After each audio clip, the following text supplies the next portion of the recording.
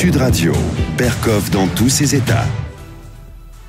Berkoff est dans tous ses états aujourd'hui sur Sud Radio, pas Dans vrai, tous ses états et dans des états de plaisir parce qu'il accueille Mathieu Bock-Côté, qui est un des, je dirais, des philosophes, des sociologues, j'aime pas les mots en hog d'ailleurs, enfin quelqu'un qui est très précis, très acéré dans ce qu'il fait et ça nous passionne et ça va vous passionner.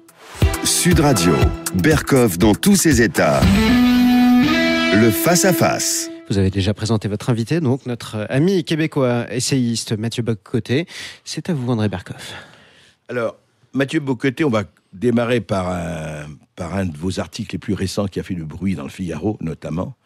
Et puis on va parler évidemment de vos livres, mais ce qui m'intéresse, c'est vraiment votre regard là-dessus. Et vous avez dit quelque chose, la phrase m'avait frappé, vous avez dit, c'est drôle, on parle de droite décomplexée, comme si la droite avait pour essence et par essence d'être complexée. Et ça renvoie à beaucoup de choses justement par rapport à ce qui se passe ici, mais on parlera aussi du multiculturalisme au Québec, parce qu'il y a des choses à dire sur Justin Trudeau et autres.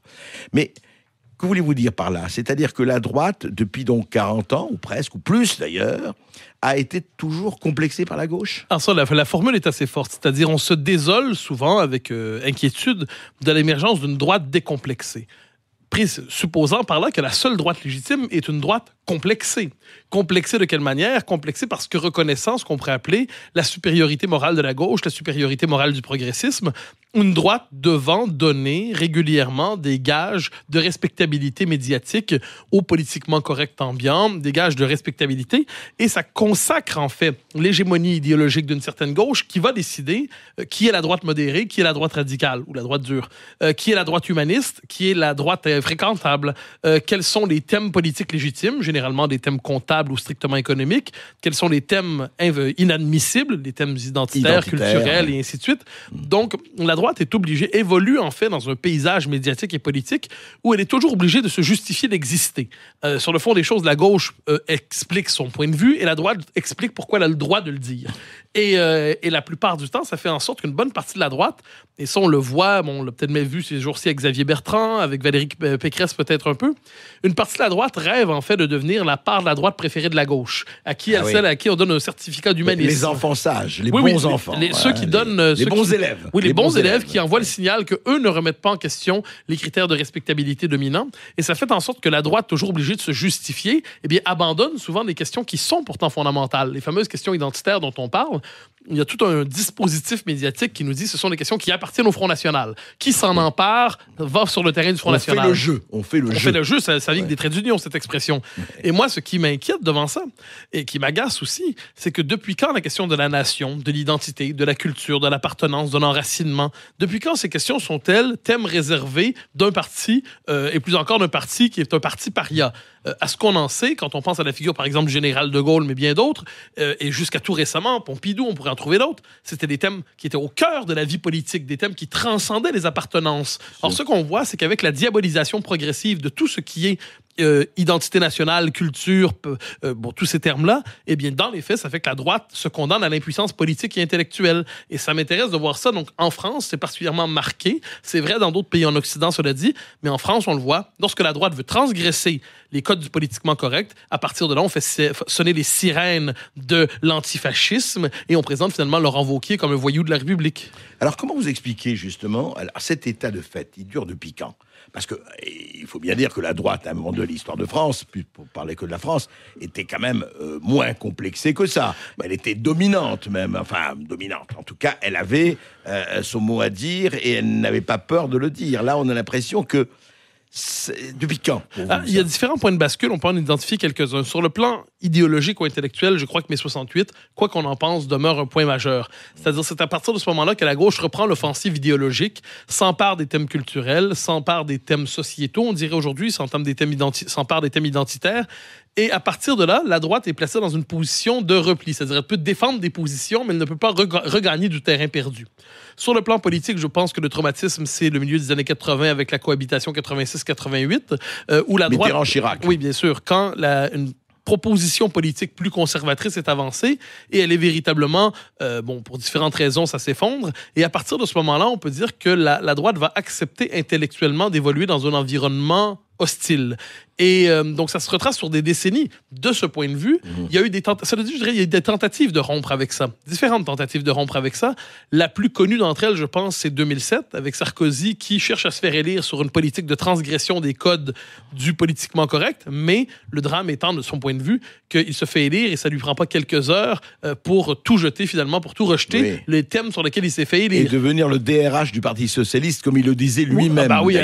Il croyait. Alors, c'est normal en politique d'amener des gens qui sont prêts à rallier notre proposition. Mais simplement faire le maraudeur et être capable de ramener des gens dans son camp pour montrer qu'on est capable de voler des gens à l'équipe adverse, ça, c'est autre chose. Oui. Alors, et je pense que le moment sarkozyste a créé, et ça, on le voit ces jours-ci, une déception immense à droite, parce que les gens ne croient plus. Donc, ils ne croient plus la parole politique. Lorsqu'ils entendent Wauquiez, la première chose qu'ils se demandent, c'est est-ce qu'il est sincère? Est-ce qu'on y croit? Est-ce qu'on peut y croire? Il y a le doute qui est là. Eh bien voilà, donc on se dit, est-ce que ça sera la transgression d'une saison? Est-ce qu'il décidera ensuite de se ranger? Est-ce qu'au premier dérapage, entre guillemets, il va se coucher? D'ailleurs, juste un mot là-dessus parce que c'est très, très important.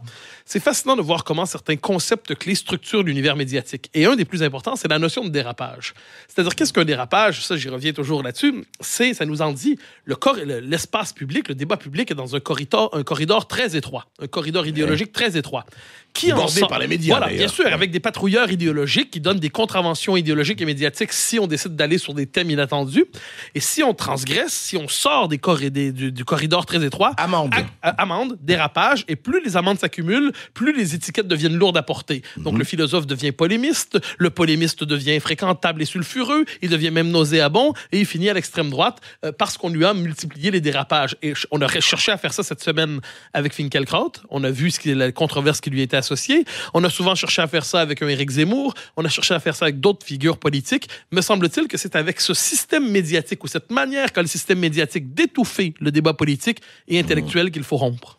Mais alors, justement, Mathieu Bock-Côté, comment reliez-vous à quelque chose qui est, je dirais, transversal du système politique, mais vous avez vu, puisque vous êtes en France en ce moment, vous avez vu l'histoire qui s'est passée avec telle blague humoristique, telle crinière de Lyon pour Miss France, on en parle encore ce matin, tel, entre guillemets, dérapage de tel ou tel humoriste, au point qu'aujourd'hui, quelques humoristes doivent défendre même les humoristes. Vous voyez, on parle plus des politiques ou des intellectuels, on dirait que ça atteint même les humoristes. Alors que la France, c'est le pays de la satire, du pamphlet, etc. Alors, pour la petite histoire, ce qui se passe chez vous, c'est passé chez nous il y a quelques semaines. C'est-à-dire, un humoriste a fait une blague qui a heurté certains lobbies, dans ce cas-là, le lobby féministe, et il a dû faire sa première sous protection policière. Donc ça, vous voyez... Ah oui, carrément. Alors, dans le cas français, ce qui est fascinant, c'est que ça nous en dit sur le politiquement correct. C'est-à-dire il y a différents éléments qui se croisent là-dedans. D'abord, des sectes militantes particulièrement histrioniques qui se font connaître par leur capacité à créer le scandale. C'est-à-dire, c'est très fort, ils décrètent qu'il y a scandale. Ensuite, la puissance des médias sociaux qui permettent justement de donner un effet de masse et qui recréent la possibilité de la foule lyncheuse. Ensuite, la lâcheté très souvent des autorités, soit médiatiques ou politiques, qui préfèrent se coucher plutôt que de voir le scandale durer. Et qu'est-ce que ça permet de faire, ça? Ça permet ensuite de faire exemple. C'est-à-dire, quelqu'un vient de tomber, voyez, il ne s'agit pas de parler du contenu de la blague, mais voyez le sort qui est réservé à celui qui transgresse. Si vous faites la même chose, vous allez voir ce qui va vous arriver. Le message est lancé. Et là, se développe plus fort que la censure, il y a l'autocensure. Donc, c'est un climat d'autocensure qui se développe. Mais encore une fois, il faut voir à quel point certaines associations, certains groupuscules, certains lobbies ont une puissance médiatique immense parce qu'ils s'autoproclament représentants de telle ou telle communauté. Absolument. Et ce sont les représentants sous le signe de l'indignation et du scandale obligatoire. Et vous remarquerez qu'ils patrouillent l'espace public à la recherche de scandales régulièrement, parce qu'ils n'existent que par la capacité, justement, à faire mener une forme de pression sur les acteurs politiques qui savent désormais qu'ils doivent se regarder, qui se savent sous surveillance. Mais comment il se fait que les réseaux sociaux ou les échos médiatiques leur accordent une telle importance? Parce que, est-ce que ce n'est pas aussi l'esprit critique, d'ailleurs, que ce soit nous, les journalistes, les intellectuels, les faiseurs d'opinion, les prescripteurs d'opinion et autres, qui devraient réagir aussi à cela, en disant, attention, relativisons tout de ce point de vue-là. Je pense qu'une bonne partie aujourd'hui des médiatiques et des politiques sont drogués aux réseaux sociaux. C'est-à-dire, c'est une réaction immédiate, c'est une réaction spontanée, et en plus, ça leur donne l'illusion du peuple ou de l'opinion publique directement accessible. Donc, on croit sentir ce que le peuple dit lorsqu'on voit les médias sociaux s'agiter. Mais quelquefois, il ne faut pas oublier qu'il y a des controverses qui n'existent que par les réseaux sociaux.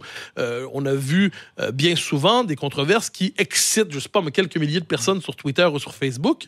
Et à partir du moment où on décide d'accorder un crédit immense à ça, mais c'est là que ça peut basculer.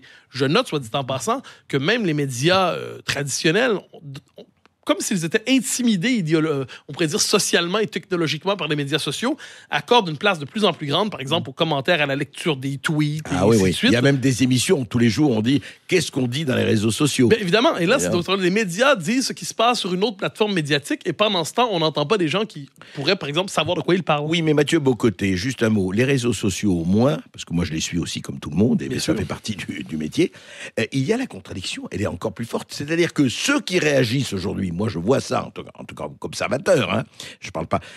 Ceux qui réagissent aujourd'hui à cette espèce d'autocensure, ce sont les internautes. Beaucoup d'internautes disent on en a marre, on étouffe de ce politiquement correct. On entend beaucoup ça sur les réseaux sociaux. Vous avez tout à fait raison, il y a ce type de bataille sur les réseaux sociaux. Donc l'exaspération se fait sentir.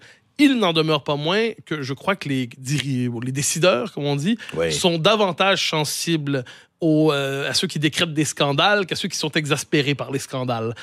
Ceux qui font l'opinion parce qu'il y a une forme de tendance progressiste généralement dominante dans les médias, eh bien, ce sont ceux qui, justement, hystérisent le débat par la gauche, qui ont le plus d'écho, ou à tout le moins, qui parviennent à se rendre au cœur du débat public. Oui, mais vous avez remarqué, là, c'est que, par exemple, pour parler de Wauquiez, on verra bien ce qu'il donne, etc. Il n'empêche que Wauquiez, qui a adopté une position, justement, de droite, dite décomplexée, encore une fois, vous avez fait un sort à ce terme, et vous avez raison, a quand même eu la majorité, une très grosse majorité. Donc, ça veut dire que beaucoup de gens sont exaspérés par ça. Ah ben, il n'y a pas de doute là-dessus. Le fait est que les réseaux sociaux, ce n'est pas le peuple. Alors, je l'ai dit tantôt, c'est 2007. Ça, c'est quand même quelque chose. Et on pourrait parler aussi de 2005, le référendum sur l'Europe. Ça, c'était avant la vague des réseaux sociaux, mais ça démontrait le décalage entre l'opinion et le commun des mortels. Donc, le fait est, et c'est une chose qui est assez connue, les préférences populaires sur les questions qui aujourd'hui font scandale sont généralement des préférences plutôt conservatrices. Je ne dis pas absolument conservatrices, mais plutôt conservatrices sur l'immigration, sur l'identité, sur les frontières, sur les migrants. Bon. Eh bien, cette opinion-là ne peut pas s'exprimer bien souvent, sauf si on la sollicite directement par les élections. Et ça nous ramène à un phénomène qui s'est passé pendant quelques années en France qui est intéressant, c'est le phénomène Zemmour. C'est-à-dire, Zemmour au cœur de l'espace public, pourquoi est-ce que ça fait scandale? Parce qu'on a accepté l'idée que dans les marges se trouvent des gens qui critiquent le complexe médiatique. Mais que quelqu'un au cœur du système, au cœur de l'émission qui donne le ton dans le système et dans un rôle autorisé, se permette de remettre en question les dogmes établis, les évidences consacrées et les consacre. C'est pas pour rien que c'est constitué une base sociale, au-delà même des médias. Des gens qui étaient prêts à manifester quand on voulait le licencier, des gens qui étaient prêts à le soutenir quand on voulait le congédier. Ça veut dire qu'une partie du peuple a un sentiment aujourd'hui d'insurrection par rapport aux médias. Et il ne faut pas oublier que les médias, de ce point de vue, ne sont plus seulement un contre-pouvoir, c'est un pouvoir à part entière. Bien sûr, et depuis assez longtemps. Mais alors justement, parlons un peu du multiculturalisme, ça a été le sujet de vos bouquins. Et nous, alors, on aimerait quand même parler un peu du Québec, enfin du Canada en général, mais du Québec en particulier. Mais comment expliquer? Je veux dire, nous, on regarde par exemple Justin Trudeau, on regarde le multiculturalisme. Qu'est-ce qui a fait? Est-ce que c'est la proximité de l'Amérique, des USA, qui a fait qu'il y ait cette espèce d'extraordinaire flambée, domination du multiculturalisme dans tous ces États, au point qu'il y a des tribunaux, d'ailleurs, communautaires, etc. Alors, c'est une histoire qui est d'abord et avant tout, on va dire, proprement canadienne. C'est-à-dire, sur le fond des choses, le Canada, dans les années 70, ne veut pas reconnaître le peuple québécois, disons ça comme ça. Ouais. Donc, il se dit, plutôt que de reconnaître le peuple québécois, parce qu'il y aura une menace de sécession, tout ça, on va décider de dire que toutes les communautés sont sur le même pied. Donc, quel que soit... Et derrière ça, il y a cette idée, nous sommes tous des immigrants. Bon. Et là, ensuite, ça va, cela dit, se transformer en doctrine idéologique très forte à partir des années 90, 2000 et aujourd'hui. Et là, on l'a vu dans une querelle récente sur la question du niqab, qui est très intéressante. Alors, c'est quoi le niqab? Le niqab, donc le voile... le niqab, pardon, j'ai pas entendu. Oui, alors, on a vu au Québec, parce qu'au Québec, il y a quand même une résistance forte au multiculturalisme, le gouvernement du Québec a fait, en gros, ce qu'on pourrait appeler une loi anti-niqab modérée. Eh bien, au Canada anglais, et Justin Trudeau, par ailleurs, qui est de ce point de vue davantage canadien-anglais que québécois francophone, il y a eu une condamnation vive de toute forme de régulation du niqab en disant que le niqab était désormais le symbole de la diversité à certains égards, parce que c'était le symbole de notre ouverture, jusqu'où on est prêt à aller dans l'acceptation de la différence et de l'ouverture et de la diversité. Et de la tolérance. Et bien sûr. Oui. Et donc, de ce point de vue, le Canada trouve dans le multiculturalisme une forme de confirmation de sa supériorité morale. Et il peut ensuite sermonner les différentes nations, surtout les nations européennes, soit dit en passant, en disant, vous êtes sur un mode régressif parce que vous croyez encore à la nation, à l'intégration substantielle, à l'assimilation. Nous faisons de la diversité notre seule loi. Et Justin Trudeau a dit, d'ailleurs, dans le New York Times, en décembre 2015, il n'y a pas d'identité canadienne. Il n'y a pas de noyau identitaire ou culturel. Le Canada, ça n'existe pas. Ce n'est que cette diversité. Le Canada, ce n'est que cette diversité plus les droits de l'homme. Alors, j'y reviens, vous comprendrez pourquoi les Québécois, par rapport à ça, résistent au multiculturalisme, parce que quant à eux, ils ne sont pas encore persuadés de ne pas exister. Oui, ils se posent des questions. Mais c'est allé juste au point. Moi, Justin Trudeau qui pleure à chaudes larmes parce que les LGBT, lesbiennes, gays ont été persécutés. Bon, très bien. Mais qu'il aille jusqu'à pleurer à chaudes larmes en s'excusant. Mais ça nous en dit sur le personnage Trudeau en lui-même. Moi, j'appelle ça le marketing lacrymal de Justin Trudeau. Justin Trudeau est un comédien de formation. Ce qu'il aime, c'est se déguiser. Vous le voyez pas comme ça de ce côté-ci de l'Atlantique, mais il se déguise tout le temps. D'accord. Il se déguise dans les tenues de chaque communauté, d'ailleurs. Et il aime se mettre en représentation. Son pouvoir, il y a un pouvoir chez Justin Trudeau qui est un pouvoir très charismatique, manifestement, même si je suis insensible personnellement à ce charisme.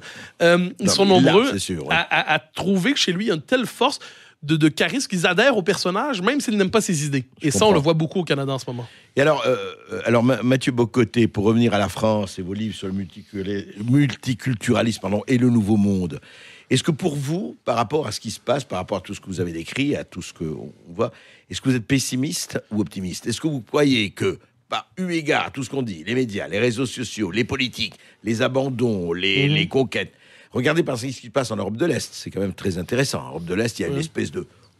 Alors les uns disent crient au fascisme, à la réaction, d'autres disent non, c'est formidable, ils parlent de l'identité. En tout cas, le problème est posé de manière extrêmement forte en Europe aujourd'hui. Alors, je regarde ce qui se passe en Europe. Alors, je vois le multiculturalisme, je le décris, vous savez, de la manière suivante, c'est l'inversion du devoir d'intégration. Traditionnellement, c'était la vocation du nouvel arrivant de prendre le pli de la société d'accueil. De s'adapter à la société. Voilà, d'apprendre à dire nous avec elle. Aujourd'hui, c'est la société d'accueil qui doit déconstruire ses institutions, réformer ses mentalités, effacer peu à peu sa propre culture pour accommoder la diversité. Je pense que cette tendance-là, elle est très forte. Cela dit, il semble bien que le commun des mortels n'adhère pas, pour mille et une raisons, à appelons ça, cette idéologie qui pousse à la dissolution des peuples et des nations. Il y a une résistance par rapport à ça. Le drame, c'est que cette résistance n'est pas parvenue pour l'instant à se traduire dans une proposition politique forte. On aurait pu croire, soit dit en passant, qu'en 2017, en France, il y aurait eu une réaction forte après le terrorisme, après les vagues migratoires, Charlie Hebdo, tout ça. Oui. Il y avait une crise en France immense. Et si ce n'était de l'effondrement de la candidature de Fillon, je pense qu'il y aurait eu une forme de traduction politique modérée, disons ça ainsi, de cette exaspération, contre ce sentiment de dépossession culturelle, de dépossession politique et identitaire. C'est pas arrivé. Cela dit, je note que Emmanuel Macron, peu importe ce qu'on en pense en ce moment, tout comme il a cherché à s'approprier l'éducation sur le mode Blanquer, eh bien là, avec ce qu'il envoie comme signaux sur l'immigration, on dirait qu'il veut blanqueriser l'immigration. Je ne sais pas ce que ça va donner, mais à tout le moins, il comprend... Non, mais même ces déclarations en Algérie. Ah ben voilà. En disant, attendez, vous n'allez pas commencer à nous courir sur la colonisation, ça va, c'est fini. Voilà. Alors qu'il a dit autre chose pendant sa campagne. Absolument. Mais ce qui est intéressant, c'est qu'il comprend qu'il ne peut conserver, pour l'instant, sa force qu'en envoyant le signal qu'il prend au sérieux l'inquiétude populaire sur ça. Est-ce que ce ne sont que des signaux médiatiques? Est-ce que c'est vraiment un choix politique? Ça reste à voir. Mais sur le fond des choses, je pense qu'il ne peut y avoir de politique sérieuse si on ne prend pas au sérieux cette peur fondamentale qui est celle de devenir étranger chez soi, cette angoisse culturelle et identitaire, optimiste ou pessimiste. Je pense qu'à tout le moins qu'il y a des courants qui donnent le sentiment qu'il est possible qu'il y ait quelque chose comme une renaissance d'aspiration légitime, comme celui, par exemple, d'avoir un pays qui ne soit pas qu'une surface plate administrative régulée par les droits de l'homme. Oui, et puis régulée par Bruxelles aussi. Oui, ça, c'est une autre question. Le sentiment de dépossession démocratique. C'est-à-dire ça, c'est quand même fascinant. Sur 20 ans, les hommes politiques, quand ils ne veulent pas prendre leurs responsabilités, ils disent que c'est la faute à Bruxelles. D'ailleurs, c'est souvent la faute à Bruxelles, mais ils se déchargent souvent sur Bruxelles. Et de ce point de vue, le Brexit, peu importe ce qu'on en pense, est intéressant parce qu'il envoyé un signal fort, c'est-à-dire nous voulons ramener la responsabilité au niveau national. Ensuite, on peut apprécier ou non, mais ça envoyait un signal quand même d'attachement à l'État-nation. Il ne faut pas regarder... Vous savez, le monde médiatique a traité les électeurs pour le Brexit à la manière de dédentés malodorants de 98 ans. On les a même insultés. On les insultait parce que c'était le mauvais peuple. C'était un peuple qui n'avait pas sa place. C'était un peuple faisandé. Il faut le dissoudre, comme disait Bertolt Brecht. Ah ben oui, bien sûr. C'était, comme aurait dit Solaire, c'était la Grande-Bretagne moisie. Bon, eh bien, dans les circonstances, eh bien, il y a une légitime critique, justement, de cette espèce d'orthodoxie diversitaire. L'enracinement ne devrait pas être considéré comme une pathologie. Merci Mathieu Bock-Côté et lisez vos livres. Au plaisir. Merci à vous, Mathieu Bock-Côté.